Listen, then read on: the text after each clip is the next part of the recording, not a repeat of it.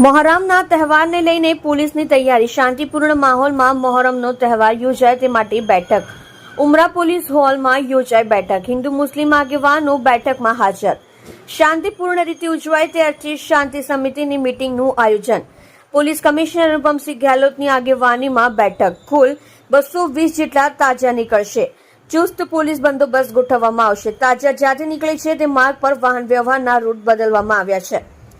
અસામાજિક તત્વો વિરુદ્ધ કાર્યવાહી કરાઈ છે. કેટલાક અસામાજિક તત્વો રાઉન્ડ અપ કરાયા. પોલીસ કમિશનરની અપીલ શાંતિપૂર્ણ માહોલમાં કાર્યક્રમ સંપૂર્ણ થાય.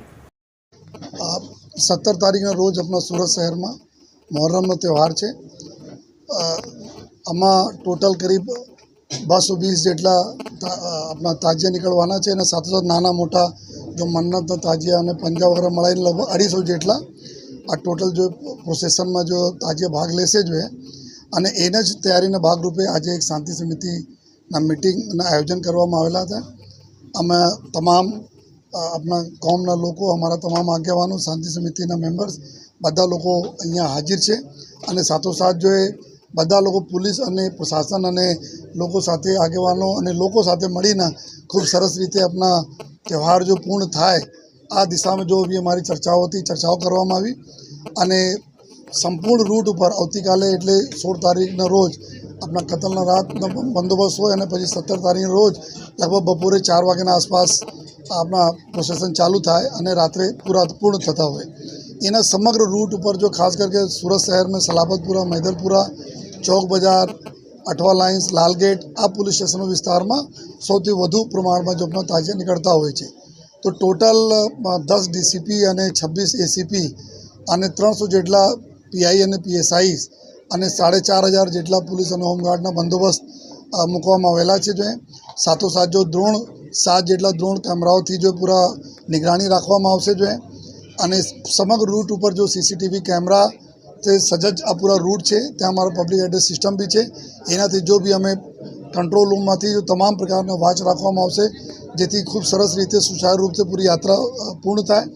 અને 900 જેટલા અમારા બોડી વન કેમેરાઓ છે જો પોલીસના અલગ અલગ જો એરિયામાં આપવામાં આવશે, જો બોડી ઉપર લગાવશે અને એના બી લાઈવ સ્ટ્રીમિંગ થતા રહેશે, રેકોર્ડિંગો બી થતા રહેશે.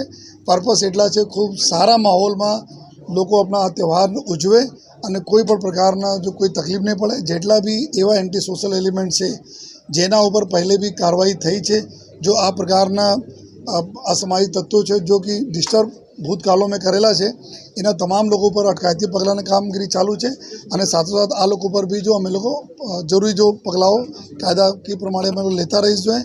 અને અમે બધા મેટ્રોના કામને લીધે બી અમુક રોડ કંઈ સકળાશ કંઈ બીજા છે એના બી સોલ્યુશન પૂરા થઈ ગયા છે. જો પૂરે અમે સુરત શહેરના લોકોને અમે આ બધા રિક્વેસ્ટ હું પણ કરું છું કે આપ આ ખૂબ સારી રીતે જો આ તહેવારમાં જે ગયા તહેવારોમાં ખૂબ આપના સહકારથી ખૂબ સરસ રીતે બધું પૂર્ણ થાય છે. આ તહેવારમાં ખૂબ આપના સહકારથી ખૂબ સારી રીતે કોમી એકલાસ સાથે જો આ બી તહેવારના સમગ્ર બંદોબસ્ત પૂર્ણ થશે. લોકો આપણા તહેવાર મનાવશે જો એવી બધાને હું વિનંતી પણ કરું છું અને ખાતરી પણ આપું છું કે સુરત શહેર પોલીસ એકદમ કટિબદ્ધ છે, સજ્જ છે આ તહેવારને સારી રીતે પૂર્ણ કરવા માટે.